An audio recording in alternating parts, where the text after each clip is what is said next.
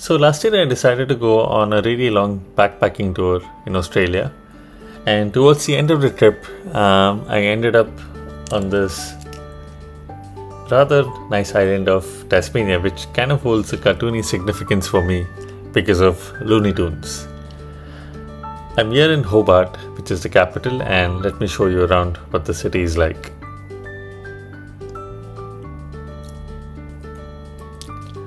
So, this is the Airbnb where I was staying at during my visit. It was quite a steep slope to get here, but I guess all of these Hobartian landed houses are built on slopey roads for some reason. Maybe it's just because there's a lot of mountains around the area.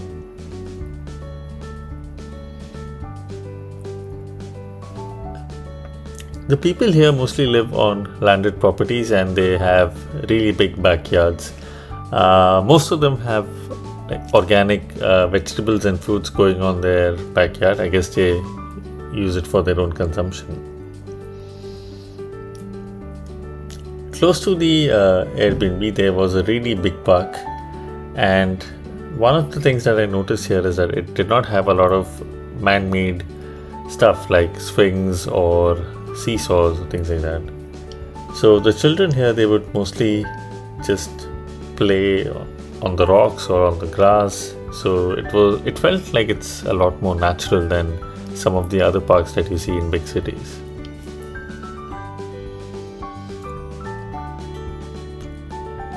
The flow of the water was very peaceful, and I noticed a lot of people come here to walk their dogs.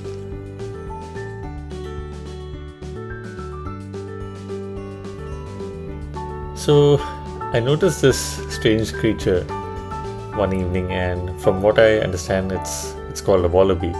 It's like a mini version of a kangaroo, and it just basically hops around.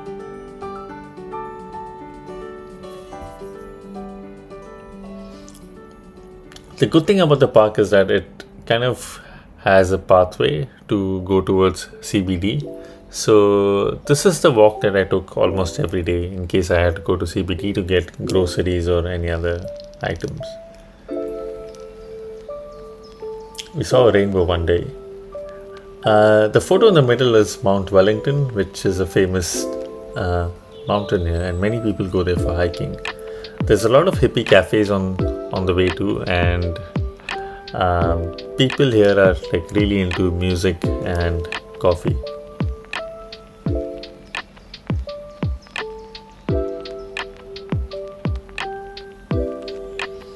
A lot more slopey roads.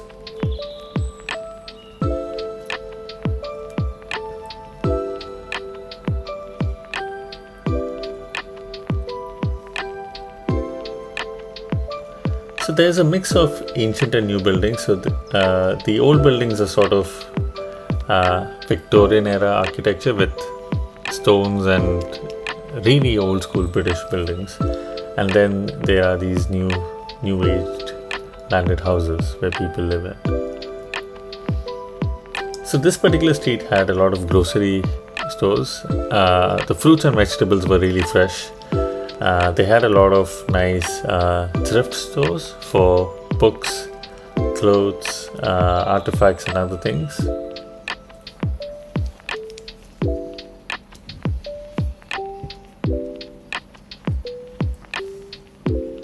Hobart in general had a lot of natural flowers, and I think they were very striking to me because of their color. They were just so vibrant.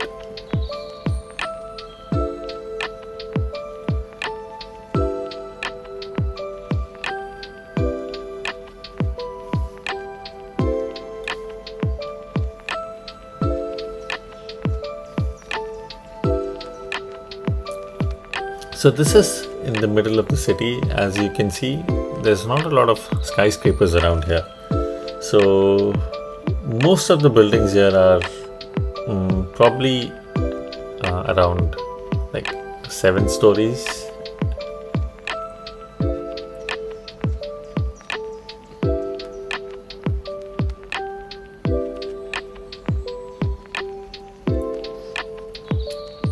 The The city center does get a bit busy in terms of the the rest of Hobart, because I think many people would come here after work to grab a quick dinner or do their groceries.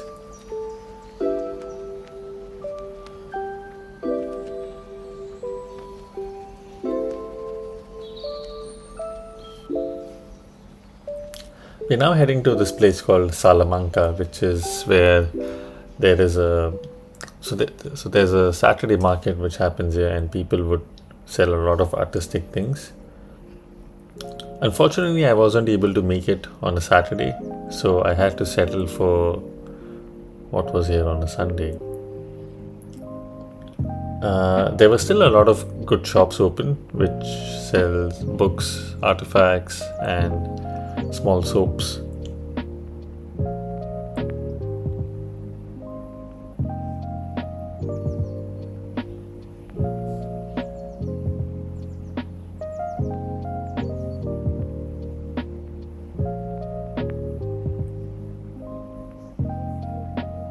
There were a few nice restaurants in this area.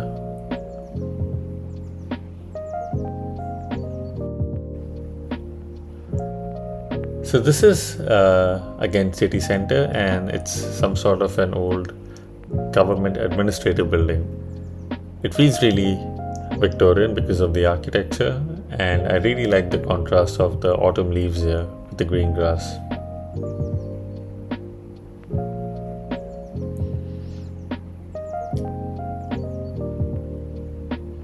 Look at that blue sky and the red leaves.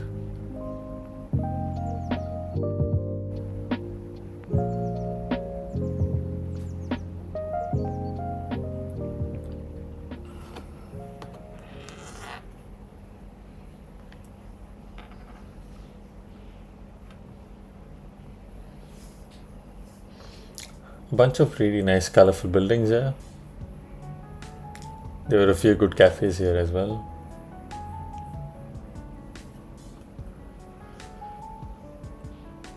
So this is the harbourfront area in Hobart. It was really peaceful, especially if you come here during sunset, because you get a really nice tinge of the sun. A few things to note about Hobart is that it does get dark pretty soon. So in case you are planning to get good sunlight, I would recommend you do it before 5 p.m. because after 5:30 it's almost like super dark. The other thing you want to take note of is that it's not really densely populated. So when I compare this with Singapore, Hobart is probably twice the size of Singapore, but Singapore has 25 times more population.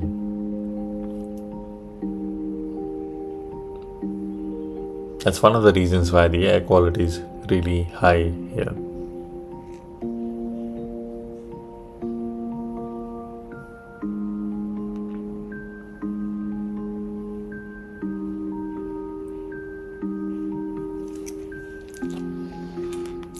I could just sit here on the harbour front for hours, because there's just something about looking at the water which makes me feel very peaceful.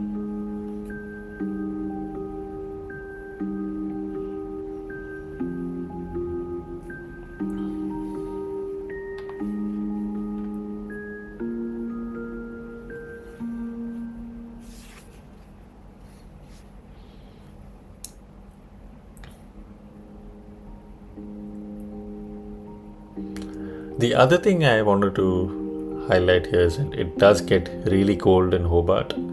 So, although it doesn't snow, I think the temperature here can go as low as -1 or -2 degrees. So, please check the weather before you are arriving.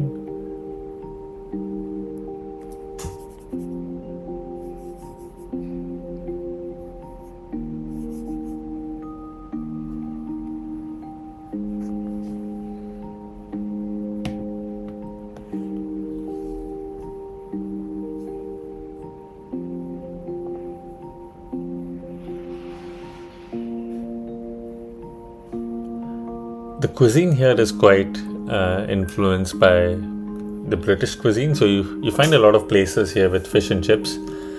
It's probably also to do with the fact that it's an island, and then a lot of people are naturally inclined to fishing here. Some of the best fish and chips I've ever had, by the way, so please do give it a try.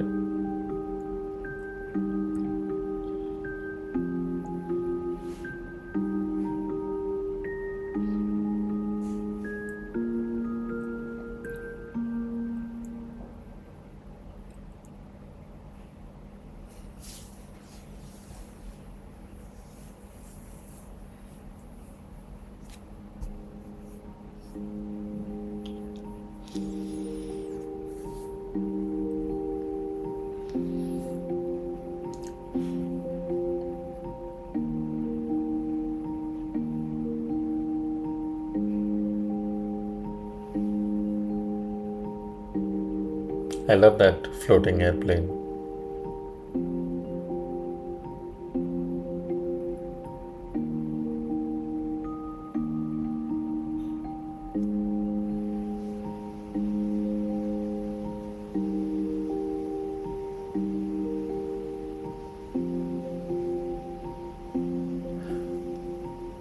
All in all, if you're looking to visit a place which is not very busy and it kind of allows you to just step back, take a moment to yourself, and really reflect about your life, I would really recommend Hobart as a city that you should visit. It's a really slow paced city, but it's got the best of everything. Hope you enjoyed the video.